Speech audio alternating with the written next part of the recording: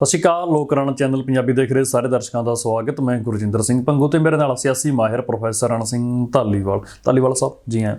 ਧੰਨਵਾਦ ਜੀ। ਸਰੋਤਿਆਂ ਨੂੰ ਤੁਹਾਡੇ ਰਾਹੀਂ ਸਤਿ ਸ਼੍ਰੀ ਅਕਾਲ। ਬੜੀ ਮਿਹਰਬਾਨੀ ਤੁਹਾਡੀ, ਇੰਟਰੈਕਟ ਕਰਦੇ ਹਾਂ। ਦੋਸਤੋ 2022 ਦੀਆਂ ਚੋਣਾਂ ਤੇ ਜੁਮਲੇ ਮੈਨੀਫੈਸਟੋ ਲਗਾਤਾਰ ਲੋਕਾਂ ਦੇ ਸਨਮੁਖ ਹੋ ਰਹੇ ਨੇ। ਇਸ ਸਭ ਕਾਸੇ ਦੇ ਵਿੱਚ ਇੱਕ ਗੱਲ ਬੜੀ ਅਹਿਮ ਹੈ। 3 ਖੇਤੀ ਕਾਨੂੰਨ ਰੱਦ ਹੋਣ ਤੋਂ ਬਾਅਦ ਹਰ ਇੱਕ ਸਿਆਸੀ ਪਾਰਟੀ ਦਾ ਮਨੋਰਥ ਇਹ ਹੈ ਤੇ ਮਨੋਰਥ ਪੱਤਰ ਵੀ ਇਹ ਹੈ ਕਿ ਅਸੀਂ ਕਿਸੇ ਤਰ੍ਹਾਂ ਕਿਸਾਨੀ ਵੋਟ ਨੂੰ ਕੈਸ਼ ਕਰ ਸਕੀਏ। ਬੀਜੇਪੀ ਲਗਾਤਾਰ ਅੱਗੇ ਵਧ ਰਹੀ ਹੈ। ਖੇਤੀ ਕਰਜ਼ਿਆਂ ਦਾ ਮਾਮਲਾ ਪਿਛਲੇ ਦਹਾਕਿਆਂ ਤੋਂ ਭਾਰੂ ਰਿਹਾ ਪੰਜਾਬ ਦੀ ਸਿਆਸਤ ਦੇ ਵਿੱਚ। ਭਾਵੇਂ ਸਿਆਸਤਾਂ ਦੇ ਵਿੱਚ ਕੋਈ ਵੀ ਹੁਕਮਰਾਨ ਆਪਣੀ ਸੱਤਾਧਾਰੀ ਪਾਰਟੀ ਦੇ ਵਿੱਚ ਰਿਹਾ ਹੋਵੇ, ਜਦੋਂ ਸਿਆਸਤਦਾਨ ਸੱਤਾ ਦੇ ਵਿੱਚ ਹੁੰਦੇ ਨੇ ਉਦੋਂ ਖੇਤੀ ਕਰਜ਼ਿਆਂ ਦੀ ਕੋਈ ਗੱਲ ਨਹੀਂ ਹੁੰਦੀ ਹੈਗੀ। ਜਦੋਂ ਇਲੈਕਸ਼ਨਾਂ ਹੁੰਦੀਆਂ ਨੇ, ਚੋਣਾਂ ਹੁੰਦੀਆਂ ਨੇ, ਭਾਵੇਂ ਸੂਬਿਆਂ ਦੀ ਚੋਣਾਂ ਹੋਣ, ਦੇਸ਼ ਦੀਆਂ ਚੋਣਾਂ ਹੋਣ, ਉਦੋਂ ਇਹ ਗੱਲ ਚੱਲਦੀ ਹੈ ਕਿ ਖੇਤੀ ਕਰਜ਼ੇ ਅਸੀਂ ਮਾਫ ਕਰ ਦਾਂਗੇ। ਬੀਜੇਪੀ ਨੇ ਸ਼ਰੇਆਮ ਕਿਹਾ 5 ਏਕੜ ਤੱਕ ਅਸੀਂ ਮਾਫ ਕਰ ਦਾਂਗੇ। ਹੁਣ ਕਾਂਗਰਸ ਪਾਰਟੀ ਨੇ ਇਹ ਗੱਲ ਕਹੀ ਹੈ। ਕਾਂਗਰਸ ਪਾਰਟੀ ਕਹਿੰਦੀ, ਪ੍ਰਿਯੰਕਾ ਗਾਂਧੀ, ਕਿ ਜੇਕਰ ਸਾਡੀ ਸਰਕਾਰ ਬਣਦੀ ਹੈ, ਪੰਜਾਬ ਦੇ ਵਿੱਚ ਹੀ ਨਹੀਂ, ਜੇਕਰ ਸਾਡੀ ਸਰਕਾਰ ਬਣਦੀ ਹੈ, ਹਿੰਦੁਸਤਾਨ ਪੱਧਰ ਦੇ ਉੱਤੇ ਸਾਨੂੰ ਮੌਕਾ ਮਿਲਦਾ ਭਾਰਤ ਦੇਸ਼ ਦੀ ਨੁਮਾਇੰਦਗੀ ਕਰਨ ਦਾ, ਤਾਂ ਸਭ ਤੋਂ ਪਹਿਲਾਂ ਸਾਡਾ ਇਹ ਕਾਰਜ ਹੋਊਗਾ ਕਿ ਅਸੀਂ ਖੇਤੀ ਕਰਜ਼ਿਆਂ ਦੇ ਉੱਤੇ ਲੀਕ ਮਾਰਾਂਗੇ। ਹਾਲਾਂਕਿ ਲੰਮਾ ਸਮਾਂ ਕਾਂਗਰਸ ਨੇ ਦੇਸ਼ ਆਜ਼ਾਦ ਹੋਣ ਤੋਂ ਬਾਅਦ ਭਾਰਤ ਸਰਕਾਰ ਦੇ ਵਿੱਚ ਰਹੇ ਨੇ। ਉਹ ਦੇਸ਼ ਦੇ ਵੱਖ-ਵੱਖ ਸੂਬਿਆਂ ਦੇ ਵਿੱਚ ਕਾਂਗਰਸ ਨੇ ਹੀ ਰਾਜ ਕੀਤਾ। ਅੱਜ ਤੋਂ ਕਈ ਸਾਲ ਪਹਿਲਾਂ 7-8 ਦੇ ਵਿੱਚ ਕੁਝ ਹੱਦ ਤੱਕ ਕਾਂਗਰਸ ਨੇ ਕਰਜ਼ੇ ਮਾਫ ਵੀ ਕੀਤੇ ਸੀ, ਪਰ ਉਹ ਵਿਆਜ ਦੀ ਰਕਮ ਮਾਫ ਕੀਤੀ ਸੀ। ਹੁਣ ਕਹਿੰਦੇ ਕਿ ਅਸੀਂ ਤਮਾਮ ਕਰਜ਼ਾ ਮਾਫ ਕਰਾਂਗੇ। ਕਰਜ਼ਾ ਕੀ ਮਾਫ ਹੋ ਸਕਦਾ? ਜੇਕਰ ਕਰਜ਼ਾ ਮਾਫ ਕਿਸਾਨੀ ਦਾ ਇੱਕ ਵਾਰ ਹੋ ਜਾਂਦਾ, ਉਸ ਤੋਂ ਬਾਅਦ ਕੀ ਕਿਸਾਨੀ ਸੰਕਟ ਦੇ ਵਿੱਚ ਨਹੀਂ ਜਾਊਗੀ? ਕੀ ਕਿਸਾਨੀ ਦੀ ਸਮੱਸਿਆਵਾਂ ਸਿਰਫ ਕਰਜ਼ਾ ਹੀ ਸਮੱਸਿਆਵਾਂ, ਕੀ ਹੋਰ ਸਮੱਸਿਆਵਾਂ ਨਹੀਂ ਹਨ? ਸਾਰੇ ਮਸਲੇ ਤੇ ਗੱਲਬਾਤ ਕਰਾਂਗੇ ਧਾਲੀਵਾਲ ਸਾਹਿਬ ਨਾਲ। ਧਾਲੀਵਾਲ ਸਾਹਿਬ, ਹੁਣ ਤਾਂ ਹਰ ਇੱਕ ਸਿਆਸੀ ਪਾਰਟੀ ਕਹਿੰਦੀ ਹੈ ਕਿ ਇਸ ਵਾਰ ਮੌਕਾ ਮਿਲ ਜੇ ਇੱਕ ਵਾਰ ਸਾਨੂੰ, ਜੋ ਅਸੀਂ ਪਿਛਲੇ ਸਾਲਾਂ ਦੇ ਵਿੱਚ ਨਹੀਂ ਕਰ ਪਾਏ। ਭਾਵੇਂ ਕਈ ਤਾਂ ਪਾਰਟੀਆਂ ਉਹ ਨੇ ਜੋ ਕਹਿੰਦੀਆਂ ਨੇ ਕਿ ਸਾਨੂੰ ਹਜੇ ਤਾਂ ਰਾਜ ਕਰਨ ਦਾ, ਰੂਲ ਕਰਨ ਦਾ ਮੌਕਾ ਹੀ ਨਹੀਂ ਮਿਲਿਆ, ਅਸੀਂ ਲੋਕਾਂ ਨੂੰ ਕਰਕੇ ਦਿਖਾਈਏ। ਭਾਜਪਾ ਕਹਿੰਦੀ ਕਿ 5 ਏਕੜ ਤੱਕ ਕਰਜ਼ਾ ਮਾਫ, ਪੰਜਾਬ ਦੇ ਵਿੱਚ ਤੁਸੀਂ ਮੁੱਖ ਮੰਤਰੀ ਬਣਾ ਦਿਓ। ਪ੍ਰਿਯੰਕਾ ਗਾਂਧੀ ਕਹਿੰਦੇ ਕਿ ਇੱਕ ਵਾਰ ਸਾਨੂੰ ਦੇਸ਼ ਪੱਧਰ ਤੇ ਮੌਕਾ ਦੇ ਕੇ ਦੇਖੋ, ਲੀਕ ਮਾਰ ਦਾਂਗੇ ਅਸੀਂ ਸਾਰੇ ਕਰਜ਼ੇ ਉੱਤੇ। ਕੀ ਕਰਜ਼ਾ ਮਾਫ ਕਰਨਾ ਸੰਭਵ ਹੈ? ਦੇਖੋ, ਪਹਿਲੀ ਗੱਲ ਤਾਂ ਨਾ ਇਹਨੂੰ ਸਮਝਣਾ ਪਏਗਾ। ਇਹ ਅੱਜ ਕੱਲ੍ਹ ਇੱਕ ਨਵਾਂ ਨੈਰੇਟਿਵ ਬਣ ਗਿਆ, ਕਰਜ਼ਾ ਮਾਫ, ਕਰਜ਼ਾ ਮਾਫ, ਕਰਜ਼ਾ ਮਾਫ। ਕੋਈ ਪਾਰਟੀ ਸਾਨੂੰ ਇਹ ਨਹੀਂ ਦੱਸਦੀ ਵੀ ਉਹ ਕਰਜ਼ਾ ਜਿਹੜਾ ਹੁੰਦਾ ਨਾ, ਉਹ ਹੁੰਦਾ ਲੋਨ ਜਿਹੜਾ ਅਸੀਂ ਲੈਂਦੇ ਹਾਂ। ਜਿਹੜੀ ਸਰਕਾਰ ਕਰਜ਼ਾ ਮਾਫ ਦੀ ਗੱਲ ਕਰਦੀ ਹੈ ਜਾਂ ਪੋਲੀਟੀਕਲ ਪਾਰਟੀਆਂ ਕਰਦੀਆਂ ਨੇ, ਉਹ ਕਰਦੀਆਂ ਨੇ ਕਿ ਜਿਹੜਾ ਕਰਜ਼ਾ ਬੈਂਕਾਂ ਤੋਂ ਜਾਂ ਸੁਸਾਇਟੀਆਂ ਤੋਂ ਜਾਂ ਸਰਕਾਰੀ ਅਦਾਰਿਆਂ ਤੋਂ ਕਰਜ਼ਾ ਲਿਆ ਹੋਇਆ ਕਿਸਾਨ ਨੇ, ਉਹ ਕਰਜ਼ਾ ਮਾਫ ਕਰਨ ਦੀ ਜ਼ਰੂਰਤ ਤਾਂ ਪੈ ਰਹੀ ਹੈ ਕਿ ਕਿਸਾਨ ਇਸ ਤਰ੍ਹਾਂ ਕੰਮ ਕਰ ਰਿਹਾ ਹੈ ਕਿ ਜਿਹੜਾ ਉਹਦਾ ਖੇਤੀ ਦਾ ਧੰਦਾ ਹੈ ਉਹ ਲਾਹੇਵੰਦ ਧੰਦਾ ਨਹੀਂ ਹੈ ਜੀ। ਮੈਨੂੰ ਹੁਣ ਤੱਕ ਇਹ ਸਮਝ ਨਹੀਂ ਆਈ, ਜੇ ਤਾਂ ਕਰਜ਼ਾ ਮਾਫ ਕਰਨਾ ਜਾਂ ਤਾਂ ਅਸੀਂ ਕੋਈ ਉਹਦੀ ਲਾਈਨ ਰੱਖੀਏ ਕਿ ਮੰਨ ਲਓ ਅਸੀਂ ਕਹੀਏ ਕਿ ਜਿਹੜਾ ਕਰਜ਼ਾ 2021 ਤੱਕ ਦਾ ਉਹ ਮਾਫ ਕਰ ਦਿਆਂਗੇ, ਜਾਂ ਜਿਹੜਾ ਜਿਹਨੇ ਕਰਜ਼ਾ ਜਿੰਨਾ ਲਿਆ ਉਹ ਸਾਰਾ ਮਾਫ ਕਰ ਦੋਗੇ। ਇਹਦੇ ਨਾਲ ਮੰਨ ਲਓ 5 ਏਕੜ ਦੇ ਵਿੱਚ, ਮੈਂ ਕਹਿਣਾ ਕਿ 5 ਏਕੜ ਦੇ ਤੱਕ ਹੀ ਗੱਲ ਕਰੀਏ ਆਪਾਂ, ਕਿ 5 ਏਕੜ ਦੇ ਵਿੱਚ ਇੱਕ ਕਿਸਾਨ ਨੇ ਤਾਂ 10 ਲੱਖ ਕਰਜ਼ਾ ਲਿਆ ਹੋਇਆ ਹੈ, ਇੱਕ ਨੇ 3 ਲਿਆ ਹੋਇਆ ਹੈ।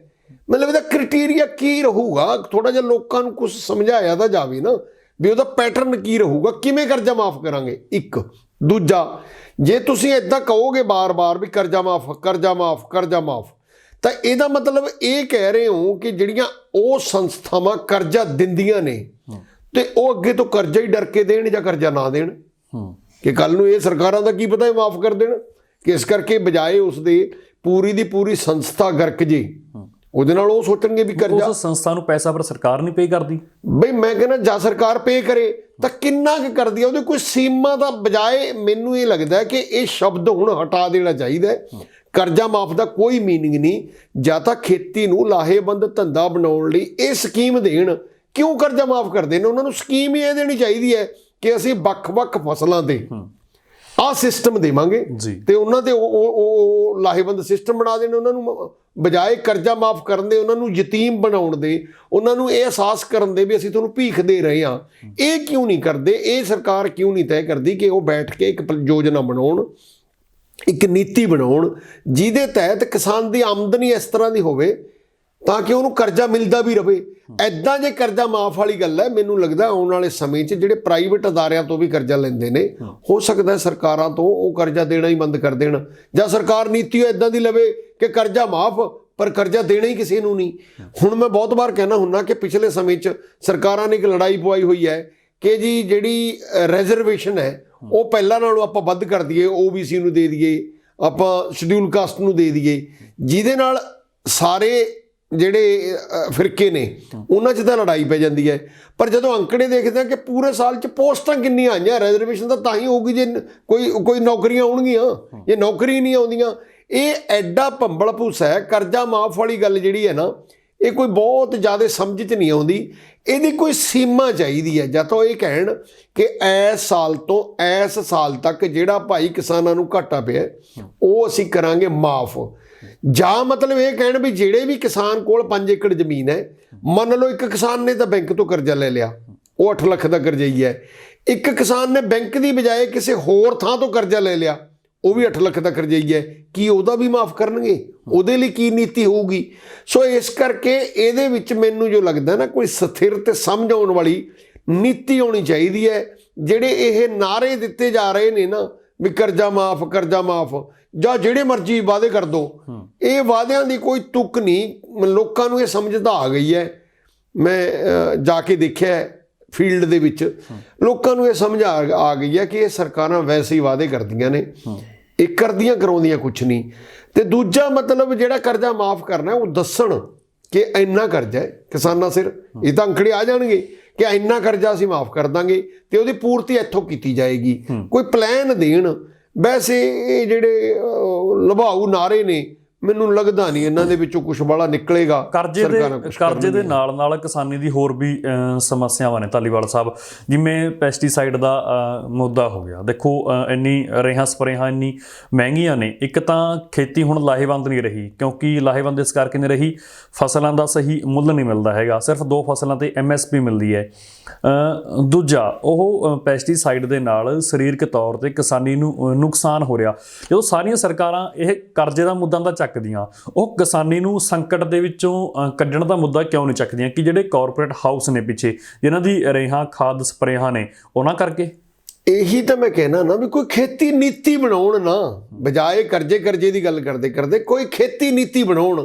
ਹੁਣ ਇਹ ਇਕੱਲਾ ਕਿਸਾਨਾਂ ਨਹੀਂ, ਪਹਿਲੀ ਗੱਲ ਤਾਂ ਕਿਸਾਨ ਡਿਫਾਈਨ ਕਰਨ ਕਿ ਕਿਸਾਨ ਕੌਣ ਹੈ। ਮੈਂ ਇਹ ਸਮਝਦਾ ਕਿ ਜਿਹੜੀ ਵੀ ਕੋਈ ਵਸਤੂ ਅਸੀਂ ਪੈਦਾ ਕਰਦੇ ਹਾਂ, ਉਹਦੇ ਸ਼ੁਰੂ ਤੋਂ ਲੈ ਕੇ ਆਈਡੀਆ ਜਨਰੇਸ਼ਨ ਕਹਿੰਦੇ ਹਾਂ ਅਸੀਂ ਉਹਨੂੰ, ਉਹਦਾ ਆਈਡੀਆ ਆਉਣ ਤੋਂ ਲੈ ਕੇ ਉਹਦੀ ਕੰਪਲੀਸ਼ਨ ਤੱਕ ਜਿਹੜਾ ਪ੍ਰੋਸੈਸ ਹੈ, ਉਹ ਵਸਤੂ ਕਿਵੇਂ ਤਿਆਰ ਹੁੰਦੀ ਹੈ। ਜੇ ਆਪਾਂ ਕਿਸਾਨੀ ਦੀ ਗੱਲ ਕਹੀਏ, ਕਿਸਾਨ ਅਨਾਜ ਪੈਦਾ ਕਰਦਾ ਹੈ। ਮੰਨ ਲਓ ਆਪਾਂ ਉਦਾਹਰਨ ਲੈਂਦੇ ਹਾਂ ਵੀ ਕਣਕ ਹੈ, ਕਣਕ ਬੀਜਣ ਤੋਂ ਲੈ ਕੇ, ਰਿਸਰਚ ਕਰਕੇ ਅੱਛਾ ਬੀਜ ਤਿਆਰ ਕਰਨ ਤੋਂ ਲੈ ਕੇ, ਕਣਕ ਪੈਦਾ ਹੋਣ ਤੇ ਮੰਡੀ ਵਿੱਚ ਖਰੀਦਣ ਤੱਕ, ਫਾਈਨਲ ਪ੍ਰੋਡਕਟ ਜਦੋਂ ਤਿਆਰ ਹੋ ਜਾਂਦਾ ਹੈ, ਜਿੰਨੀਆਂ ਗਤੀਵਿਧੀਆਂ ਨੇ, ਇਹ ਸਾਰੀਆਂ ਗਤੀਵਿਧੀਆਂ ਕਿਸਾਨੀ ਦੇ ਅਧੀਨ ਆਉਂਦੀਆਂ ਨੇ। ਇਹ ਗਤੀਵਿਧੀਆਂ ਦੇ ਵਿੱਚ ਮਜ਼ਦੂਰ ਵੀ ਆਉਂਦਾ ਹੈ, ਇਹਦੇ ਵਿੱਚ ਜਿਹੜਾ ਜ਼ਮੀਨ ਦਾ ਮਾਲਕ ਜ਼ਿਮੀਂਦਾਰ ਵੀ ਆਉਂਦਾ ਹੈ, ਇਹਦੇ ਵਿੱਚ ਛੋਟਾ ਆੜਤੀਆ ਵੀ ਆਉਂਦਾ ਹੈ, ਇਹਦੇ ਵਿੱਚ ਕਣਕ ਸਾਫ਼ ਸਫਾਈ ਕਰਨ ਵਾਲਾ ਮਜ਼ਦੂਰ ਵੀ ਆਉਂਦਾ ਹੈ, ਤੂੜੀ ਸਾਂਭਣ ਵਾਲਾ ਮਜ਼ਦੂਰ ਵੀ ਆਉਂਦਾ ਹੈ। ਸੋ ਇਸ ਕਰਕੇ ਜੇ ਤਾਂ ਇਹ ਲਾਹੇ ਨੂੰ ਇਸ ਐਂਗਲ ਤੋਂ ਵਿਚਾਰ ਕੇ, ਇਸ ਪੱਖ ਤੋਂ ਵਿਚਾਰ ਕੇ ਉਹਨਾਂ ਸਾਰਿਆਂ ਦੀ ਭਲਾਈ ਬਾਰੇ ਕੋਈ ਨੀਤੀ ਬਣਾਈ ਜਾਵੇ, ਫਿਰ ਤਾਂ ਉਹ ਲਾਹੇਵੰਦ ਹੋ ਸਕਦੀ ਹੈ। ਜਿਹੜੀ ਗੱਲ ਤੁਸੀਂ ਕਹਿ ਰਹੇ ਹੋ ਕਿ ਕਾਰਪੋਰੇਟਸ ਨੂੰ ਜਾਂ ਵੱਡੇ ਵੱਡੇ ਕਾਰਖਾਨੇਦਾਰਾਂ ਨੂੰ ਵੱਡਾ ਫਾਇਦੇ ਦੇਣ ਲਈ, ਇਹ ਸਾਰਾ ਧੰਦਾ ਹੈ।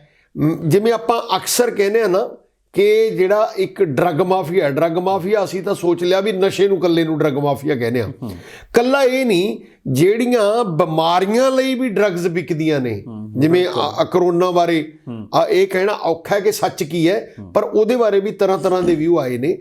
ਇਸ ਤਰ੍ਹਾਂ ਹੀ ਜਿਹੜੀਆਂ ਪੈਸਟੀਸਾਈਡਸ ਜਿਹਨੂੰ ਅਸੀਂ ਕਹਿੰਦੇ ਹਾਂ, ਖੇਤੀ ਲਈ ਜਿਹੜੀਆਂ ਦਵਾਈਆਂ ਵਿਕਦੀਆਂ ਨੇ, ਰੇਹ ਖਾਦਾਂ ਵਿਕਦੀਆਂ ਨੇ, ਉਹਨਾਂ ਦੀ ਜਿਹੜੀ ਮੰਗ ਹੈ, ਡਿਮਾਂਡ ਹੈ, ਉਹ ਪੈਦਾ ਕਰਨ ਲਈ ਵੀ ਤਰ੍ਹਾਂ ਦੇ ਛੜਯੰਤਰ ਰਚੇ ਜਾਂਦੇ ਨੇ। ਸਮਝਿਆ ਇਹ ਜਾਂਦਾ ਹੈ ਕਿ ਉਹਨਾਂ ਦੀ ਡਿਮਾਂਡ ਵਧਾਉਣ ਲਈ ਵੀ ਸਰਕਾਰਾਂ ਬਹੁਤ ਕੁਝ ਕਰਦੀਆਂ ਨੇ। ਇੱਥੋਂ ਤੱਕ ਕਰਦੀਆਂ ਨੇ ਕਿ ਉਹ ਗੱਲਾਂ ਦਾ ਫਾਇਦਾ ਲੈ ਕੇ, ਜਿਵੇਂ ਪਿਛਲੇ ਸਮੇਂ ਉਹਨਾਂ ਦਾ ਆਇਆ ਹੈ ਆਮ ਆਦਮੀ ਪਾਰਟੀ ਦਾ ਕਿ ਜਿਹੜੀ ਉਹ ਥੋੜੀ ਜੀ ਦਵਾਈ ਛਿੜਕ ਕੇ, ਉਹ ਆਰਟੀਆਈ 'ਚ ਕਿਸੇ ਬੰਦੇ ਨੇ ਇੰਟਰਵਿਊ 'ਚ ਪਾਇਆ ਕਿ ਉਹ ਲੱਖਾਂ ਰੁਪਏ ਦੀ ਸਿਰਫ ਦਵਾਈ ਛਿੜਕ ਕੇ 300 ਤੋਂ ਕੁਝ ਜ਼ਿਆਦਾ ਕਿਸਾਨਾਂ ਨੂੰ ਸਿਰਫ ਉਹਦਾ ਲਾਭ ਦਿੱਤਾ ਹੈ। ਤੇ ਦਵਾਈ ਲੱਖਾਂ ਰੁਪਏ ਦੀ ਹੈ, ਕਰੋੜ ਤੋਂ ਘੱਟ ਹੈ, ਪਰ ਉਹ ਤੇ ਐਡ ਦਾ ਖਰਚਾ ਕਰੋੜਾਂ 'ਚ ਹੈ ਕਿ ਦੇਖੋ ਜੀ ਅਸੀਂ ਕਿਸਾਨਾਂ ਦਾ ਬਹੁਤ ਭਲਾ ਕਰਤਾ। ਇਸ ਕਰਕੇ ਇਹ ਵੀ ਕਿਸਾਨਾਂ ਸੇਵਾ ਦੀ ਮਾਰਕੀਟਿੰਗ ਹੋ ਗਈ ਕਿ ਹਾਂ, ਕਿਸਾਨਾਂ ਨੂੰ ਜਿਹੜਾ ਭਰਮਾਉਣ ਲਈ ਐਦਾਂ ਦੇ ਨਾਅਰੇ ਦਿੱਤੇ ਜਾਂਦੇ ਨੇ ਔਰ ਉਹਦੇ ਤੇ ਕਰੋੜਾਂ ਰੁਪਈਆਂ ਦਾ ਐਡ ਦਾ ਖਰਚਾ ਸਰਕਾਰਾਂ ਪਾ ਦਿੰਦੀਆਂ ਨੇ। ਤੁਸੀਂ ਮੀਡੀਆ ਦੇ ਬੰਦੇ ਹੋ, ਮਤਲਬ ਮੇਰੇ ਕੋਲ ਇਹ ਪੱਕੀਆਂ ਪੁਖਤਾ ਸੂਚਨਾਵਾਂ ਨੇ ਐਦਾਂ ਦੀਆਂ ਕਿ ਤੁਹਾਨੂੰ ਵੀ ਐਡਸ ਮਿਲਦੀਆਂ ਹੋਣੀਆਂ ਸਰਕਾਰੀ, ਜਿਹੜੀਆਂ ਸਰਕਾਰੀ ਐਡਸ ਨੇ ਉਹਦੀ ਜਿੰਨੇ ਦੀ ਤੁਸੀਂ ਰਸੀਦ ਕੱਟਦੇ ਹੋ, ਬਸ ਰਸੀਦ ਕੱਟ ਕੇ ਅੱਧੇ ਪੈਸੇ ਸੰਬੰਧਿਤ ਜਿਹੜੀ ਸਰਕਾਰਾਂ ਦੇ ਅਧਿਕਾਰੀ ਕਹਿ ਲਓ ਜਾਂ ਰਾਜਨੇਤਾ ਕਹਿ ਲਓ, ਉਹਨਾਂ ਨੂੰ ਵਾਪਸ ਚਲੇ ਜਾਂਦੇ ਨੇ। ਵੱਡੇ ਵੱਡੇ ਅਖਬਾਰਾਂ ਦਾ ਵੀ ਇਹ ਹਾਲ ਹੈ। ਸੋ ਇਸ ਕਰਕੇ ਇਹ ਇੱਕ ਬਹੁਤ ਵੱਡਾ ਗੋਰਖ ਧੰਦਾ ਹੈ। ਇਹਦੇ ਲਈ ਚਾਹੀਦਾ ਇਹ ਹੈ ਕਿ ਸਰਕਾਰ ਆਪਣੀ ਖੇਤੀ ਨੀਤੀ ਅਨਾਉਂਸ ਕਰੇ ਕਿ ਇਸ ਖੇਤੀ ਨੀਤੀ 'ਚ ਇਸ ਤਰੀਕ ਤੱਕ ਜਿਹੜੇ ਕਰਜ਼ੇ ਨੇ ਉਹ ਅਸੀਂ ਮਾਫ ਕਰਾਂਗੇ, ਅੱਗੇ ਤੋਂ ਆ ਜਿਹੜੇ ਖੇਤੀ ਦਾ ਧੰਦਾ ਹੈ ਇਹਨੂੰ ਲਾਹੇਵੰਦ ਬਣਾਉਣ ਲਈ ਆਹ ਕੰਮ ਕਰਾਂਗੇ। ਫਿਰ ਇਹ 'ਤੇ ਕੋਈ ਕਮੈਂਟ ਹੋ ਸਕਦਾ, ਫਿਰ ਇਹਨੂੰ ਸਮਝਿਆ ਜਾ ਸਕਦਾ ਹੈ ਕਿ ਜਿਹੜੀਆਂ ਸਰਕਾਰਾਂ ਨੇ ਉਹ ਕਿਤੇ ਗੰਭੀਰ ਨੇ। ਜੇਕਰ ਅਦਰਵਾਈਜ਼ ਇਹ ਲੱਗਦਾ ਹੈ ਕਿ ਇਹ ਸਰਕਾਰਾਂ ਗੰਭੀਰ ਨਹੀਂ ਹੈਗੀਆਂ, ਜਿਵੇਂ ਹੁਣ ਆਪਾਂ ਕਹੀਏ ਸਟਾਰਟ ਹੈ ਕਿਸਾਨ ਮੋਰਚਾ ਇਸ ਵਾਰ ਆ ਗਿਆ ਮੈਦਾਨ 'ਚ, ਉਹ ਮੈਦਾਨ ਦੇ ਵਿੱਚ ਆਉਣ ਨਾਲ ਮੈਨੂੰ ਇਹ ਤਾਂ ਨਹੀਂ ਲੱਗਦਾ ਕਿ ਕਿਸਾਨ ਮੋਰਚਾ ਬਹੁਤ ਵੱਡੀ ਜਿੱਤ ਪ੍ਰਾਪਤ ਕਰ ਲੇਗਾ ਕੋਈ, ਪਰ ਕੰਪੀਟੀਸ਼ਨ 'ਚ ਆ ਗਿਆ। ਚਲੋ ਉਹਨਾਂ ਨੇ ਕੁਝ ਚੇਂਜਸ ਕੀਤੀਆਂ ਨੇ, ਜਿਵੇਂ ਉਹਨਾਂ ਨੇ ਐਫੀਡੈਵਿਟ ਦੇਤੇ। ਮੈਂ ਧਾਲੀਵਾਲ ਸਾਹਿਬ ਇਸੇ ਤੇ ਆਉਣਾ ਸੀ ਅੱਗੇ ਕਿ ਰਵਾਇਤੀ ਪਾਰਟੀਆਂ ਤੋਂ ਤੇ ਸਿਆਸੀ ਪਾਰਟੀਆਂ ਤੋਂ ਤੁਸੀਂ ਵੀ ਜ਼ਿਕਰ ਕੀਤਾ ਕਿ ਲੋਕ ਸਾਰੇ ਜਾਣਦੇ ਨੇ ਕਿ ਸਹੀ ਕੀ ਹੈ ਤੇ ਗਲਤ ਕੀ ਹੈ। ਉਸ ਤੋਂ ਬਾਅਦ ਹੁਣ ਕਿਸਾਨਾਂ ਦਾ ਚੋਣ ਮਨੋਰਥ ਪੱਤਰ ਆਇਆ, ਉਹਨਾਂ ਨੇ ਵੀ ਤਮਾਮ ਕਿਸਾਨੀ ਸੰਬੰਧਿਤ ਗੱਲਾਂ ਰੱਖੀਆਂ ਨੇ। ਜੇਕਰ ਕਿਸਾਨਾਂ ਦੀ ਸਰਕਾਰ ਪੰਜਾਬ ਦੇ ਵਿੱਚ ਬਣਦੀ ਹੈ, ਫਿਰ ਖੇਤੀ ਨੀਤੀ ਤੁਹਾਨੂੰ ਕੀ ਲੱਗਦਾ, ਜਿਵੇਂ ਰਾਜੇਵਾਲ ਸਾਹਿਬ ਨੇ ਉਹ ਖੇਤੀ ਨੀਤੀ ਕੋਈ ਬਣਾ ਸਕਣਗੇ ਜਾਂ ਫਿਰ ਕਿਸਾਨੀ ਪ੍ਰਤੀ ਸੁਚੇਤ ਹੋ ਕੇ ਉਹ ਜੇਕਰ ਸੱਤਾ ਉਹਨਾਂ ਨੂੰ ਮਿਲਦੀ ਹੈ ਤਾਂ ਉਹਨਾਂ ਦੀਆਂ ਨੀਤੀਆਂ ਹੋਣਗੀਆਂ ਜੋ ਉਹ ਸਰਕਾਰ ਨਾਲੋਂ ਅਲੱਗ ਹੋਣਗੀਆਂ, ਭਾਵੇਂ ਖੇਤੀ ਨੀਤੀਆਂ ਹੋ ਗਈਆਂ ਜਾਂ ਫਿਰ ਕਰਜ਼ਾ ਨੀਤੀਆਂ ਹੋ ਗਈਆਂ, ਕਿ ਉਹ ਅਲੱਗ ਦਿਸ਼ਾ ਤੇ ਚੱਲਣਗੇ? ਨਹੀਂ, ਉਹਨਾਂ ਨੇ ਦੇਖੋ, ਮੈਂ ਉਹੀ ਕਹਿਣਾ ਕਿ ਉਹਨਾਂ ਨੇ ਆਪਣੀ ਨੀਤੀ ਜੇ ਆਪਾਂ ਕਹੀਏ ਵੀ ਬਹੁਤ ਜ਼ਿਆਦਾ ਸਪਸ਼ਟ ਕਰਤੀ, ਇਹ ਤਾਂ ਨਹੀਂ ਹੋ ਸਕੀ। ਪਰ ਜੇ ਉਹਨਾਂ ਦਾ ਜਿਹੜਾ ਉਹ ਚੋਣ ਮਨੋਰਥ ਪੱਤਰ ਦੀ ਬਜਾਏ ਪਹਿਲੀ ਗੱਲ ਤਾਂ ਕਿ ਉਹਨਾਂ ਨੇ ਇੱਕ ਪਹਿਲੇ ਸ਼ਬਦ ਯੂਜ਼ ਕੀਤਾ ਇਕਰਾਰਨਾਮਾ। ਇਕਰਾਰਨਾਮੇ 'ਚ ਸਾਰੇ ਉਹਨਾਂ ਨੇ ਆਪਣੇ ਜਿਹੜੇ ਕੈਂਡੀਡੇਟ ਖੜੇ ਨੇ ਉਹਨਾਂ 'ਚੋਂ ਕੁਛ ਨੇ ਦੇ ਵੀ ਦਿੱਤੇ ਨੇ। ਉਹਨਾਂ ਨੇ ਬੇਨਤੀ ਕੀਤੀ ਹੈ ਕਿ ਸਾਰੇ ਇੱਦਾਂ ਦੇ ਐਫੀਡੈਵਿਟ ਦੇਣ। ਜੇ ਉਹ ਐਫੀਡੈਵਿਟ ਸਾਰੀਆਂ ਪੋਲੀਟੀਕਲ ਪਾਰਟੀਆਂ ਦੇ ਦਿੰਦੀਆਂ ਨੇ, ਮੈਂ ਇਹ ਤਾਂ ਨਹੀਂ ਯਕੀਨ ਕਰ ਸਕਦਾ ਕਿ ਉਹ ਠੱਗੀ ਠੋਰੀ ਕਰਨੋਂ ਹਟ ਜਾਣਗੇ ਜਾਂ ਪੈਸੇ ਕਮਾਉਣੋਂ ਹਟ ਜਾਣਗੇ, ਕਿਉਂਕਿ ਇੱਕ ਸਿਸਟਮ ਹੈ, ਜਿੰਨਾ ਚਿਰ ਉਹ ਸਿਸਟਮ ਆਪਾਂ ਬਦਲਦੇ ਨਹੀਂ ਉਹ ਸਿਸਟਮ ਠੀਕ ਨਹੀਂ ਹੋਣਾ। ਉਹ ਬਦਲਣ ਲਈ ਸਾਰੇ ਬੰਦੇ ਹਾਲੇ ਰਾਜਨੀਤਿਕ ਲੋਕ ਨੇ ਜਿਹੜੇ, ਮੈਨੂੰ ਨਹੀਂ ਲੱਗਦਾ ਵੀ ਉਹ ਤਿਆਰ ਨੇ, ਕਿਉਂਕਿ ਉਹ ਸਿਆਸਤ ਦੇ ਵਿੱਚ ਆਉਂਦੇ ਹੀ ਪੈਸੇ ਕਮਾਉਣ ਨੇ। ਜਦੋਂ ਪਹਿਲਾਂ ਹੀ ਬੰਦਾ ਸਟੈਪ ਚੱਕਦਾ ਹੀ ਇਸ ਲਈ ਹੈ ਕਿ ਸਿਆਸਤ ਦੇ ਵਿੱਚ ਆਪਾਂ ਕਮਾਉਣੇ ਹੀ ਪੈਸੇ ਨੇ, ਫਿਰ ਉਹ ਇੱਦਾਂ ਦੀਆਂ ਨੀਤੀਆਂ ਕਿਉਂ ਬਣਾਏਗਾ। ਪਰੰਤੂ ਕਿਸਾਨ ਮੋਰਚੇ ਨੇ ਜਿਹੜੀਆਂ ਨੀਤੀਆਂ ਐਲਾਨ ਕੀਤੀਆਂ ਨੇ ਇਕਰਾਰਨਾਮੇ 'ਚ, ਉਹ ਬਾਕੀ ਪਾਰਟੀਆਂ ਨਾਲੋਂ ਵੱਖ ਨੇ। ਉਹਨਾਂ ਨੇ ਪਹਿਲੀ ਵਾਰੀ ਕਿਹਾ ਹੈ ਕਿ ਅਸੀਂ ਸਾਰੀਆਂ ਫਸਲਾਂ ਤੇ ਲਾਹੇਵੰਦ ਰੇਟ ਦੇਣ ਲਈ MSP ਦੇਵਾਂਗੇ। ਕੋਈ ਪਾਰਟੀ ਇਦਾਂ ਦਾ ਵਾਅਦਾ ਕਰਨ ਨੂੰ ਤਿਆਰ ਨਹੀਂ ਹੈ। ਬਈ ਜੇਕਰ ਸੈਂਟਰ ਨਹੀਂ MSP ਦੇ ਪਾਉਂਦਾ ਤਾਂ ਅਸੀਂ ਕਿਸਾਨਾਂ ਦੀ ਪੂਰਤੀ ਕਰਾਂਗੇ। ਸਟੇਟ ਦੇ ਵਿੱਚ ਵੀ ਕੋਈ ਪ੍ਰੋਵੀਜ਼ਨ ਬਣਾਈ ਜਾ ਸਕਦੀ ਹੈ। ਕੋਈ ਜਿਹੜੀ ਗੱਲ ਮੈਂ ਬਾਰ-ਬਾਰ ਕਹਿਣਾ, ਜਿਹੜੀ ਵੱਡੇ ਵਿਦਵਾਨਾਂ ਨੇ ਕਹੀ ਹੈ, ਜਿਹੜੀ ਦਵਿੰਦਰ ਸ਼ਰਮਾ ਜੀ ਵਾਰ-ਵਾਰ ਕਹਿੰਦੇ ਨੇ ਕਿ ਜੇਕਰ ਤੁਸੀਂ ਇੱਕ ਖਰੀਦ ਮੁੱਲ ਤੈਅ ਕਰਕੇ ਕਣਕ ਖਰੀਦ ਲੈਂਦੇ ਹੋ, ਜਿਹੜਾ ਇਹ ਕਹਿੰਦੇ ਨੇ ਇੰਨੇ ਲੱਖ ਕਰੋੜ ਦਾ ਬਜਟ ਕਿੱਥੋਂ ਆਏਗਾ, ਕੀ ਆਏਗਾ, ਉਹ ਕਹਿੰਦਾ ਬਜਟ ਜਾਏਗਾ ਕਿੱਥੇ, ਉਨੇ ਦੀ ਕਣਕ ਤਾਂ ਤੁਹਾਡੇ ਕੋਲੇ ਪਈ ਹੈ ਨਾ, ਉਹ ਤਾਂ ਕੋਈ ਨਾ ਕੋਈ ਖਾਊਗਾ ਮਾਰਕੀਟ ਦੇ ਵਿੱਚ ਜਾਣਾ। ਇਸ ਕਰਕੇ ਜੇ ਕੋਈ ਸਬਜ਼ੀਆਂ ਪ੍ਰਤੀ ਫਲਾਂ ਪ੍ਰਤੀ ਨੀਤੀ ਬਣਾ ਲੈਂਦੀ ਹੈ, ਇਹਦੇ ਨਾਲ ਆਟੋਮੈਟਿਕਲੀ ਜੇਕਰ ਇਹ ਭਾਅ ਤੈਅ ਹੋ ਜਾਣ ਤਾਂ ਮੈਨੂੰ ਇਹ ਲੱਗਦਾ ਹੈ ਬਈ ਸਿਰਫ 2 ਸਾਲਾਂ 'ਚ ਡਾਇਵਰਸੀਫਿਕੇਸ਼ਨ ਆ ਸਕਦੀ ਹੈ। ਜਿਹੜੀ ਗੱਲ ਤੁਸੀਂ ਕਹਿੰਦੇ ਹੋ ਕਿ ਹੁਣ ਸਾਡੀ ਦਿੱਕਤ ਆ ਗਈ, ਅਸੀਂ ਇੱਕੋ ਜਿਹੀ ਫਸਲ ਪੈਦਾ ਕਰਨ ਕਰਕੇ ਉਹਦੇ ਵਿੱਚ ਸਾਨੂੰ ਵੱਧ ਖਾਦ ਪਾਉਣੀ ਪੈਂਦੀ ਹੈ, ਉਹ ਸਿਰਫ MSP ਕਰਕੇ। ਹਾਂ, ਮਤਲਬ ਉਹ 'ਚ ਕਿਸਾਨਾਂ ਨੂੰ ਇਹ ਲੱਗਦਾ ਹੈ ਕਿ ਇੱਥੇ ਸਾਡਾ ਜਿਹੜਾ ਗੁਜ਼ਾਰੇ ਜੋਗਾ ਕਹਿ ਲੋ ਕੀਮਤ ਹੈ ਅਨਾਜ ਦੀ, ਸਾਡੀ ਜਿਣਸ ਦੀ, ਇੰਨੇ ਕਿ ਤਾਂ ਸਾਨੂੰ ਮਿਲ ਉਹ ਸਾਨੂੰ ਮਿਲ ਜੇਗੀ। ਜੇਕਰ ਉਹਨਾਂ ਨੂੰ ਸ਼ੋਰ ਹੋਵੇ ਵੀ ਕਿਸੇ ਹੋਰ ਤੇ ਮਿਲ ਜਾਊਗੀ, ਉਹ ਦੁਬਾਰਾ ਬਦਲ ਜਾਣਗੇ। ਉਹਨਾਂ ਦਾ ਖਰਚਾ ਵੀ ਘਟੂਗਾ ਹੋਰ ਫਸਲ ਤੇ। ਇਹ 'ਚ ਕਿਸਾਨਾਂ ਦਾ ਕੋਈ ਬਾਲਾ ਉਹ ਨਹੀਂ ਕਿ ਜੇਕਰ ਕਿਸਾਨਾਂ ਨੂੰ ਇਹ ਭਰੋਸਾ ਹੋਵੇ ਕਿ ਸਾਡਾ ਇਸ ਕੀਮਤ ਤੇ ਆਹ ਵਾਲਾ ਅਨਾਜ, ਆਹ ਵਾਲੀਆਂ ਸਬਜ਼ੀਆਂ, ਆਹ ਵਾਲੇ ਫਲ, ਇਹਨਾਂ ਤੇ ਵੀ ਸਾਨੂੰ ਇੰਨਾ ਕੁ ਨਿਸ਼ਚਿਤ ਮੁਨਾਫਾ ਹੋਣ ਦੀ ਸੰਭਾਵਨਾ ਹੈ। ਤੇ ਮੇਰਾ ਖਿਆਲ ਹੈ ਵੀ ਕਿਸਾਨ ਥੋੜੇ ਜਿਹੇ ਦਿਨਾਂ 'ਚ ਹੀ, ਜੇ ਆਪਾਂ ਕਹੀਏ ਵੀ 1 ਸਾਲ ਦੇ ਵਿੱਚ ਫਸਲੀ ਭਿੰਨਤਾ ਆ ਜਾਏਗੀ, ਜੇ ਫਸਲੀ ਭਿੰਨਤਾ ਆ ਜਾਂਦੀ ਹੈ ਤਾਂ ਇੱਕਦਮ ਆਟੋਮੈਟਿਕਲੀ ਜਿਹੜੀਆਂ ਖਾਦਾਂ ਨੇ ਉਹਨਾਂ ਦੀ ਜਿਹੜੀ ਮਿਕਦਾਰ ਅਸੀਂ ਯੂਜ਼ ਕਰਦੇ ਹਾਂ, ਵਰਤਦੇ ਹਾਂ, ਉਹ 'ਚ ਕਮੀ ਆ ਜੂਗੀ। ਉਹ ਕਮੀ ਨਾਲ ਵੀ ਫਸਲਾਂ ਅੱਛੀਆਂ ਹੋਣਗੀਆਂ। ਇਹ ਤੇ ਸਾਇੰਸਦਾਨ ਬਾਰ-ਬਾਰ, ਜਿਹੜੇ ਖੇਤੀ ਵਾਲੇ ਸਾਇੰਸਦਾਨ ਨੇ, ਇਹ ਤੇ ਬਾਰ-ਬਾਰ ਕਹਿ ਚੁੱਕੇ ਨੇ। ਕਿਉਂਕਿ ਜਦੋਂ ਅਸੀਂ ਇੱਕੋ ਤਰ੍ਹਾਂ ਦਾ ਜਿਹੜਾ ਚੱਕਰ ਹੈ, ਫਸਲੀ ਚੱਕਰ ਵਰਤਦੇ ਹਾਂ, ਤਾਂ ਉਹ ਫਸਲਾਂ ਇੱਕੋ ਤਰ੍ਹਾਂ ਦੇ ਤੱਤ ਜ਼ਮੀਨ 'ਚੋਂ ਲੈ ਜਾਂਦੀਆਂ ਨੇ, ਉਹਨਾਂ ਦੀ ਭਰਪਾਈ ਨਹੀਂ ਹੁੰਦੀ। ਇਸ ਕਰਕੇ ਸਾਨੂੰ ਵੱਧ ਖਾਦਾਂ ਪੈਣੀਆਂ ਪੈਂਦੀਆਂ ਨੇ। ਸੋ ਕੁੱਲ ਮਿਲਾ ਕੇ ਮੈਂ ਇਹ ਕਹੂੰਗਾ ਕਿ ਜਿਹੜਾ ਤੁਸੀਂ ਗੱਲ ਉਠਾਈ ਹੈ ਕਿ ਮੋਰਚੇ ਨੇ ਕਿਸਾਨਾਂ ਦੇ ਪ੍ਰਤੀ ਜਿਹੜੀ ਇੱਕ ਨੀਤੀ ਦਿੱਤੀ ਹੈ, ਹਾਲਾਂਕਿ ਅੱਜ ਇਹ ਦਿਖਾਈ ਨਹੀਂ ਦੇ ਰਿਹਾ ਕਿ ਮੋਰਚਾ ਸਰਕਾਰ ਬਣਾ ਦੇਗਾ। ਧਾਲੀਵਾਲ ਸਾਹਿਬ, ਇੱਕ ਗੱਲ ਹੋਰ, ਤੁਹਾਡੀ ਗੱਲਾਂ ਤੋਂ ਜੋ ਸਮਝਿਆ ਕਿ ਜੋ ਤੁਸੀਂ ਨੀਤੀਆਂ ਦੱਸੀਆਂ, ਸਰਕਾਰਾਂ ਇਹ ਬੜੀ ਆਰਾਮ ਨਾਲ ਲਾਗੂ ਕਰ ਸਕਦੀਆਂ ਨੇ। ਇੱਕ ਤਾਂ ਕਿਸਾਨਾਂ ਦਾ, ਲੋਕਾਂ ਦਾ ਭਲਾ ਹੋਊਗਾ ਤੇ ਮਾਰਕੀਟ ਵੀ ਸਟੇਬਲ ਹੋਊਗੀ, ਸਹੀ ਹੋਊਗੀ, ਤੇ ਕਿਸਾਨੀ ਆਪਣੇ ਪੈਰਾਂ ਸਿਰ ਹੋਊਗੀ, ਮਜ਼ਦੂਰ ਆਪਣੇ ਪੈਰਾਂ ਸਿਰ ਹੋਣਗੇ, ਸਰਕਾਰ ਤੇ ਜਾਂ ਤਾਂ ਨਿਰਭਰ ਨਹੀਂ ਹੋਣਗੇ, ਜਾਂ ਤੁਸੀਂ ਕਰਜ਼ਾ ਮਾਫ ਕਰ ਦਿਓ ਐਰਾ ਵਗੈਰਾ। ਇਹਦੇ ਵਿੱਚ ਇਹ ਸਭ ਇਸ ਕਰਕੇ ਨਹੀਂ ਮੈਨੂੰ ਲੱਗਦਾ ਹੋ ਪਾਉਂਦਾ ਕਿ ਉਦਯੋਗਪਤੀ ਆ ਗਏ ਸਰਕਾਰ ਤੇ ਲੋਕਾਂ ਵਿਚਾਲੇ। ਮੈਂ ਇਸ ਤੋਂ ਵੀ ਅੱਗੇ ਜਾਵਾਂਗਾ। ਮੈਨੂੰ ਇਕੱਲੇ ਉਦਯੋਗਪਤੀਆਂ ਦਾ ਨਹੀਂ ਰੌਲਾ ਲੱਗਦਾ। ਮੈਨੂੰ ਇਹ ਲੱਗਦਾ ਹੈ ਕਿ ਜਿਹੜੇ ਸਾਡੇ ਸਿਆਸਤਦਾਨ ਨੇ ਨਾ, ਇਹਨਾਂ ਦਾ ਇੰਟਰਸਟ ਹੀ ਬਹੁਤ ਜ਼ਿਆਦਾ ਪੈਸੇ ਕਮਾਉਣਾ ਹੋ ਗਿਆ। ਉਹ ਆਪਦੇ ਪੈਸੇ ਕਮਾਉਣ ਲਈ ਫਿਰ ਇਹਨਾਂ ਨੂੰ ਲੱਗਦਾ ਵੀ ਕਿਸਾਨਾਂ ਤੋਂ ਤਾਂ ਸਾਨੂੰ ਕੋਈ ਫਾਇਦਾ ਨਹੀਂ ਮਿਲੇਗਾ। ਉਹ ਫਾਇਦਾ ਜਿਹੜਾ ਉਦਯੋਗਪਤੀ ਤੋਂ ਮਿਲਦਾ ਹੈ, ਫਿਰ ਉਹ ਰਲ ਜਾਂਦੇ ਨੇ ਕਿ ਇੰਨਾ ਮੁਨਾਫਾ ਅਸੀਂ ਤੈਨੂੰ ਦਿੰਦੇ ਹਾਂ, ਇਹਦੇ ਵਿੱਚੋਂ ਇੰਨਾ ਕੁਛ ਤੂੰ ਸਾਡੀ ਸੇਵਾ ਕਰ। ਅਸਲ ਝਗੜਾ ਇੱਥੇ ਹੈ। ਅਦਰਵਾਈਜ਼ ਕੋਈ ਉਦਯੋਗਪਤੀਆਂ ਤੋਂ ਉਹ ਡਰਦੇ ਨਹੀਂ ਹੈਗੇ। ਜਾਂ ਮੈਂ ਇਹ ਗੱਲ ਦਾਅਵੇ ਨਾਲ ਕਹਿਣਾ ਕਿ ਜਿਹੜਾ ਵਪਾਰੀ ਬੰਦਾ ਹੈ, ਜੇ ਤੁਸੀਂ ਇੱਕ ਵਪਾਰੀ ਨੂੰ ਕੰਮ ਨਹੀਂ ਦਿੰਦੇ, ਉਹਦੇ ਤੋਂ ਲੱਗਦਾ ਵੀ ਤੈਨੂੰ ਨਹੀਂ ਦੇਣਾ, ਜੇ ਉਹ ਕੰਮ 'ਚ ਕੋਈ ਥੋੜ੍ਹਾ ਬਹੁਤਾ ਮੁਨਾਫਾ ਹੁੰਦਾ ਹੈ ਤਾਂ ਕੋਈ ਹੋਰ ਵਪਾਰੀ ਆ ਜਾਏਗਾ। ਐਡੀ ਕੋਈ ਗੱਲ ਨਹੀਂ ਹੈਗੀ ਵੀ ਉਸੇ ਨੂੰ ਦੇਣਾ ਹੈ। ਪਰੰਤੂ ਉਸ ਨੂੰ ਦੇਣ ਦਾ ਇਹ ਰੌਲਾ ਹੈ ਕਿ ਜਿਹੜੇ ਅੰਡਰ ਦਾ ਟੇਬਲ ਉਹਦੇ ਕੋਲੋਂ ਸੇਵਾ ਲਈ ਜਾ ਰਹੀ ਹੈ, ਉਹ ਮਜਬੂਰੀ 'ਚ ਜਾ ਕੇ ਉਹਨੂੰ ਕੰਮ ਦੇਣਾ ਪੈਂਦਾ ਹੈ। ਫਿਰ ਉਹਦੀਆਂ ਨੀਤੀਆਂ ਫੋਲੋ ਕਰਨੀਆਂ ਪੈਂਦੀਆਂ ਨੇ।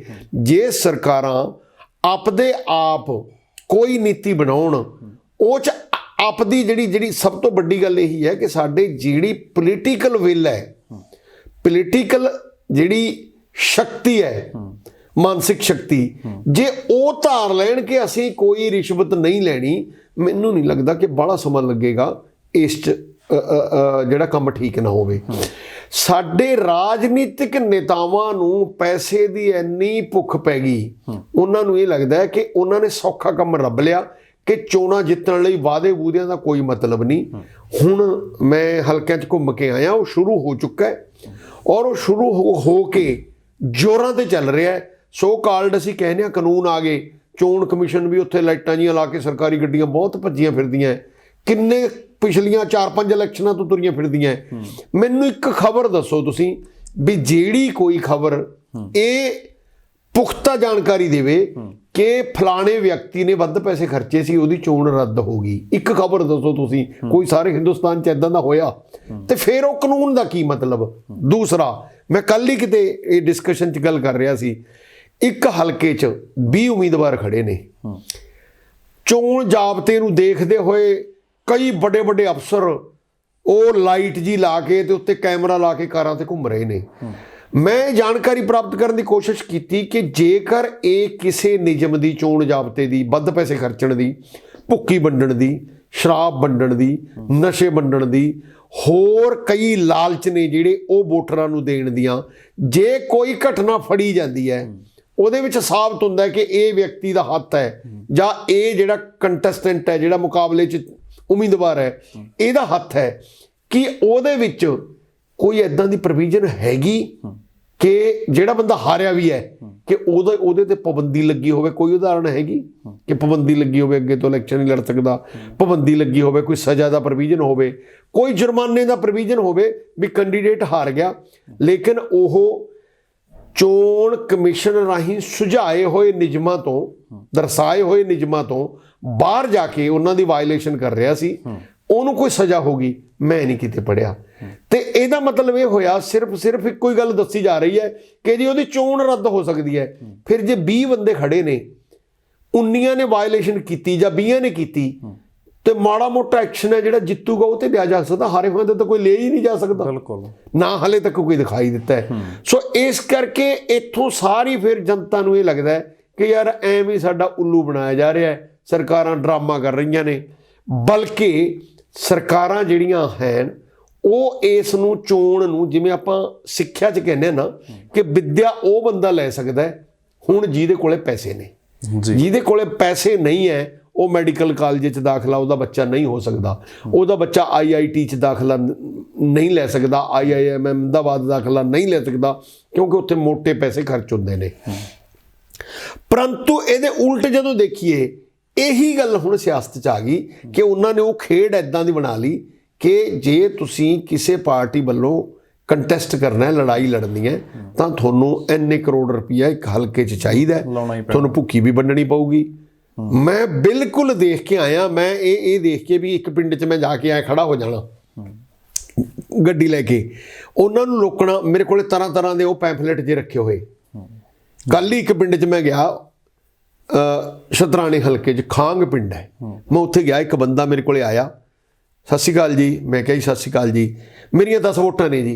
ਮੈਂ ਕਿਹਾ ਵਧੀਆ ਜਾ, 10 ਵੋਟਾਂ ਦੱਸੋ ਨਾ, ਫਿਰ ਕਰੋ ਗੱਲ ਜੀ। ਬਾਈ ਗॉड, ਮਤਲਬ ਇੱਦਾਂ ਸਿੱਧਾ ਹੀ ਕਿ ਜੀ ਮੇਰੀਆਂ 10 ਵੋਟਾਂ, ਤੁਸੀਂ ਗੱਲ ਕਰੋ ਜੀ, ਐਂ ਲਲਕਾਰਾ ਦੇ ਕੇ ਪਾਊਂਗਾ ਜੀ, ਡੀਲ ਕਰਨ ਆਇਆ ਸੀ ਉਹ। ਸੋ ਇਹ ਜੇ ਇਸ ਤਰ੍ਹਾਂ ਦੀਆਂ ਗੱਲਾਂ ਨੇ ਜਿਹੜੀਆਂ ਮੈਂ ਇੱਕ ਪਿੰਡ ਦੀ ਤੁਹਾਨੂੰ ਨਾਂ ਲੈ ਕੇ ਦੱਸੀ ਹੈ, ਇੱਕ ਪਿੰਡ ਦੀ ਨੇ, ਮੈਂ 10 ਪਿੰਡਾਂ 'ਚ ਇਸ ਤਰ੍ਹਾਂ ਦੀ ਪੋਜੀਸ਼ਨ ਦੇਖੀ। ਮਤਲਬ ਉਹ ਇਹ ਹੈ ਕਿ ਇੱਦਾਂ ਦੀ ਸਥਿਤੀ ਕ੍ਰੀਏਟ ਕਰਤੀ। ਉਹ ਬੰਦਾ ਵਿਚਾਰਾ ਇੰਨਾ ਗਰੀਬ ਹੈ, ਉਹਨੂੰ ਨਹੀਂ ਪਤਾ ਵੀ ਵੋਟ ਕੀ ਹੁੰਦੀ ਹੈ, ਉਹਨੂੰ ਨਹੀਂ ਪਤਾ ਇਹਦੇ ਕੀ ਪ੍ਰਭਾਵ ਬਣੇ ਨੇ, ਉਹਨੂੰ ਨਹੀਂ ਪਤਾ ਵੀ ਸਰਕਾਰਾਂ ਚੁਣਨ ਤੋਂ ਬਾਅਦ 'ਚ ਸਾਡੇ ਨਾਲ ਕੀ ਹੋਣਾ ਹੈ। ਸੋ ਇਸ ਕਰਕੇ ਇਹਨੂੰ ਇੱਦਾਂ ਦਾ ਸਿਸਟਮ ਬਣਾਤਾ ਕਿ ਇਹ ਇਲੀਗਲ ਵਪਾਰ ਹੈ, ਬਿਲਕੁਲ ਉੱਦਾਂ ਦਾ ਜਿੱਦਾਂ ਆਪਾਂ ਅਕਸਰ ਕਹਿੰਦੇ ਆ ਨਾ ਕਿ ਜਿਹੜੇ ਲੋਕ ਨਸ਼ੇ ਵੇਚਦੇ ਨੇ, ਜਦੋਂ ਉਹ ਫੜੇ ਜਾਂਦੇ ਨੇ, ਉਹ ਮਹੀਨਾ 20 ਦਿਨ ਜੇਲ੍ਹ 'ਚ ਰਹਿ ਲੈਣ, 6 ਮਹੀਨੇ ਰਹਿ ਲੈਣ, ਜਿੱਦੇ ਜ਼ਮਾਨਤ ਹੋ ਗਈ ਉਦੋਂ ਫਿਰ ਵੇਚਣ ਲੱਗ ਜਾਂਦੇ ਨੇ।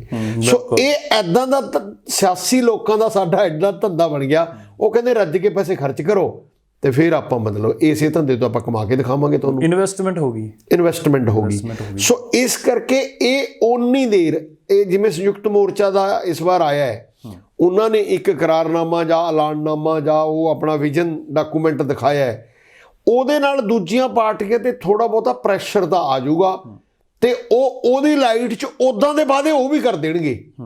ਪਰ ਉਹ ਵਾਅਦਿਆਂ ਤੇ ਪੁੱਛਣ ਵਾਲਾ ਕੋਈ ਨਹੀਂ ਹੈਗਾ ਵੀ ਕੋਈ ਪੂਰਾ ਕੀਤਾ ਹੈ ਕਿ ਨਹੀਂ ਕੀਤਾ। ਹਾਲਾਂਕਿ ਕਿਸਾਨਾਂ ਨੇ ਗੱਲ ਕਹੀ ਹੈ ਕਿ ਜੇਕਰ ਸਾਡੀ ਸਰਕਾਰ ਬਣਦੀ ਹੈ ਅਸੀਂ ਲੀਗਲ ਕਰ ਦਾਂਗੇ ਡਾਕੂਮੈਂਟ। ਉਹ ਦੇਖੋ, ਮੈਂ ਇਸੇ ਕਰਕੇ ਕਹਿਣਾ ਕਿ ਉਹਦੇ ਨਾਲ ਥੋੜਾ ਬਹੁਤਾ ਦਬਾਅ ਆਏਗਾ, ਪਰ ਇਹ ਤਾਂ ਹੀ ਹੋ ਸਕਦਾ ਹੈ ਜੇ ਸਾਰੀ ਜਨਤਾ ਦਬਾਅ ਪਾਵੇ, ਜਨਤਾ 'ਚ ਚੇਤਨਾ ਆਵੇ ਕਿ ਨਹੀਂ ਯਾਰ ਇੱਦਾਂ ਜਿੱਦਾਂ ਉਹਨਾਂ ਨੇ ਕੀਤਾ ਤੁਸੀਂ ਕਰੋ, ਜਿੱਦਾਂ ਉਹਨਾਂ ਨੇ ਕੀਤਾ ਤੁਸੀਂ ਕਿਉਂ ਨਹੀਂ ਇੱਦਾਂ ਕਰਦੇ। ਜਾਂ ਫਿਰ ਉਹਨਾਂ ਦੀ ਸਰਕਾਰ ਆ ਜਾਵੇ, ਫਿਰ ਆਪਾਂ ਉਹਨਾਂ ਨੂੰ ਪੁੱਛੀਏ ਵੀ ਤੁਸੀਂ ਕੀਤਾ, ਤੁਸੀਂ ਦੱਸੋ ਕਰਨਾ ਕਿ ਨਹੀਂ। ਹਾਲੇ ਜਨਤਾ ਦੇ ਵਿੱਚ ਉਸ ਕਿਸਮ ਦੀ ਚੇਤਨਾ ਨਹੀਂ ਆਈ ਤੇ ਜਿਹੜੇ ਬੰਦੇ ਕੋਈ ਬਹੁਤਾ ਪੈਸਾ ਲਾ ਨਹੀਂ ਸਕਦੇ ਇਲੈਕਸ਼ਨਾਂ 'ਚ, ਮੇਰਾ ਖਿਆਲ ਹੈ ਉਹਨਾਂ ਨੂੰ ਜਿੱਤਣਾ ਵੀ ਔਖਾ ਹੋ ਜਾਣਾ ਹੈ, ਮੈਨੂੰ ਇਹ ਲੱਗ ਰਿਹਾ। ਸੋ ਇਸ ਤਰ੍ਹਾਂ ਜਿਹੜੀ ਗੱਲ ਮੇਨ ਆਪਾਂ ਕੀਤੀ ਸੀ ਕਿ ਬਜਾਏ ਕਰਜ਼ੇ ਮਾਫ ਕਰਨ ਦੇ, ਆਪਾਂ ਇਹਨੂੰ ਕਨਕਲੂਡ ਇਹ ਕਰੀਏ ਕਿ ਕਰਜ਼ੇ ਮਾਫ ਕਰਨ ਦੀ ਬਜਾਏ ਇੱਕ ਨੀਤੀ ਬਣਾਉਣ, ਉਹ ਦਰਸਾਉਣ ਕਿ ਇਸ ਧੰਦੇ ਨੂੰ ਅਸੀਂ ਭਾਈ ਲਾਹੇਵੰਦ ਬਣਾ ਦਾਂਗੇ। ਹਾਂ, ਡੈਡਲਾਈਨ ਕੋਈ ਹੋ ਸਕਦੀ ਹੈ ਕਿ ਅਸੀਂ ਜਿਹੜਾ 2021 ਤੱਕ ਦਾ ਕਰਜ਼ਾ ਕਿਸਾਨਾਂ ਦਾ ਉਹ ਮਾਫ ਕਰ ਦਾਂਗੇ। ਅੱਗੇ ਤੋਂ ਇਹ ਧੰਦਾ ਐਸ ਤਰੀਕੇ ਨਾਲ ਦੱਸ ਕੇ ਆਹ ਸਾਡੀਆਂ ਨੀਤੀਆਂ ਹੋਣਗੀਆਂ, ਇਸ ਤਰੀਕੇ ਨਾਲ ਇਹ ਧੰਦਾ ਲਾਹੇਵੰਦ ਹੋਊਗਾ। ਜੇ ਕਿਤੇ ਫਿਰ ਦਿੱਕਤ ਆਊਗੀ, ਫਿਰ ਆਪਾਂ ਵਿਧਾਨ ਸਭਾ 'ਚ ਵਿਚਾਰ ਕੇ ਹੋਰ ਕਾਨੂੰਨ ਬਣਾਵਾਂਗੇ, ਉਹਨਾਂ ਜਥੇਬੰਦੀਆਂ ਨਾਲ ਬਣਾ ਕੇ ਕਾਨੂੰਨ ਬਣਾਵਾਂਗੇ। ਤੇ ਇਹਦੇ ਲਈ ਫਿਰ ਮੈਂ ਕਹਿਣਾ ਕਿਸਾਨਾਂ ਦੇ ਨਾਲ ਕਿਸਾਨੀ ਦੇ ਵਿੱਚ ਜਿਹੜੇ ਮਜ਼ਦੂਰ ਫਸੇ ਹੋਏ ਨੇ, ਜਿਹੜੇ ਲੋਕਾਂ ਦਾ ਉੱਥੇ ਰੁਜ਼ਗਾਰ ਹੈ, ਉਹਨਾਂ ਬਾਰੇ ਵੀ ਸੋਚ ਕੇ ਬਣਾਉਣਾ ਪਊਗਾ ਕਿ ਉਹ ਸਾਰੇ ਕਾਸੇ ਦੇ ਵਿੱਚ ਇਹਦਾ ਸਭਨਾਂ ਨੂੰ ਲਾਭ ਮਿਲੇ, ਛੋਟੇ ਵਪਾਰੀ ਨੂੰ ਵੀ ਲਾਭ ਮਿਲੇ। ਇਹ ਨਾ ਹੋਵੇ ਕਿ ਛੋਟਾ ਵਪਾਰੀ ਵੀ ਬਾਹਰ ਹੋ ਜੇ, ਜਿਵੇਂ ਸਾਡੇ ਵੱਡੇ ਵੱਡੇ ਹੁਣ ਡਿਪਾਰਟਮੈਂਟਲ ਸਟੋਰ ਆ ਰਹੇ ਨੇ, ਇਹਦੇ ਨਾਲ ਛੋਟੀਆਂ ਦੁਕਾਨਾਂ ਵਾਲਿਆਂ ਨੂੰ ਵੀ ਬਹੁਤ ਵੱਡਾ ਧੱਕਾ ਪਊਗਾ, ਬਿਲਕੁਲ ਪੈ ਰਿਹਾ। ਅੱਛਾ, ਇਸ ਕਰਕੇ ਫਿਰ ਇਹ ਨੀਤੀ ਕਿਤੇ ਨਾ ਕਿਤੇ ਕੋਈ ਬਣਾਉਣੀ ਪਊਗੀ। ਉਹ ਨੀਤੀ ਅਨਾਉਂਸ ਕਰਨ ਤੇ ਉਹ ਨੀਤੀ ਤੇ ਲੋਕ ਵਿਚਾਰ ਕਰਨ, ਫਿਰ ਜਾ ਕੇ ਕੋਈ ਗੱਲ ਹੋ ਸਕਦੀ। ਜੀ ਬਿਲਕੁਲ। ਧਾਲੀਵਾਲ ਸਾਹਿਬ ਬਹੁਤ ਬਹੁਤ ਸ਼ੁਕਰੀਆ ਗੱਲਬਾਤ ਦੇ ਲਈ। ਧੰਨਵਾਦ ਜੀ। ਦੋਸਤੋ, ਸਾਡੇ ਨਾਲ ਜੁੜੇ ਹੋਏ ਸੀ ਪ੍ਰੋਫੈਸਰ ਰਣ ਸਿੰਘ ਧਾਲੀਵਾਲ ਸਾਹਿਬ, ਤਮਾਮ ਮਸਲਿਆਂ ਤੇ ਗੱਲਬਾਤ ਕੀਤੀ। ਤੁਸੀਂ ਜੁੜੇ ਰਹੋ ਤੁਹਾਡੇ ਆਪਣੇ ਚੈਨਲ ਲੋਕ ਰਾਣਾ ਚੈਨਲ ਪੰਜਾਬੀ ਤੇ। ਧੰਨਵਾਦ।